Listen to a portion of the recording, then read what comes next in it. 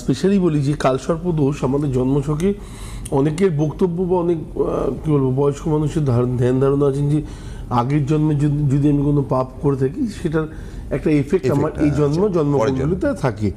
এবারে তর্কে কোনোদিনই আমি যাই না, আমি সেটাকেও মানি এবং তার সাথে ছাড়া আমার মনে হয় যে সময়টা আমি জন্মেছি সেই সময়টাতে যদি কালসর্প দোষ থাকে তাহলে পরে আর কী করা যাবে, তার তো অটোমেটিক্যালি এবারে হ্যাঁ আমি কেন জন্মালাম, তাহলে হয়তো আমার আগের জন্মের পাপ ছিল তার জন্য আমার জন্ম ছকে কালসর্প দোষ এসছে, এটাকে মেনে নিতে হবে।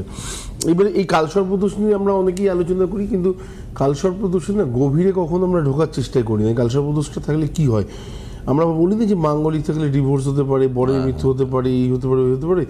কালসর্প দোষ যদি আপনার জন্ম ছকে থাকে এবং 7th হাউসের উপর দিয়ে যায় তাহলে পরে কিন্তু আমি আরও ডিটেলসে যাব, তো তাহলেও কিন্তু আপনার বৈবাহিক জীবনটাকে ডিস্ট্রয় করতে পারে একদম।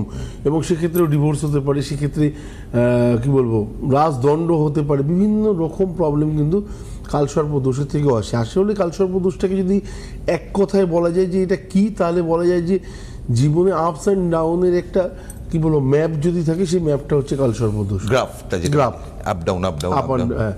তো এটা একটা পার্ট। এবং দ্বিতীয় জায়গাটা হচ্ছে যে যাদের আছে তারা খেয়াল করে দেখবেন যে বছরের 4 মাস আপনার ভালো যাচ্ছে, বাকি 8 মাস আপনাকে চিন্তা করতে হচ্ছে কি করব, কি করে চালাবো, কি করে চলবে, বা কতটা পড়াশোনা করা দরকার, চাকরি হচ্ছে না কেন, বিভিন্ন জায়গা থেকে, বা চাকরি হতে হতে হঠাৎ ড্রপ, তারপর 8 মাস টাইম ডিস্টার্ব। তো এই জিনিসটা আমাদের মধ্যে আমরা লক্ষ্য করে থাকি। এবার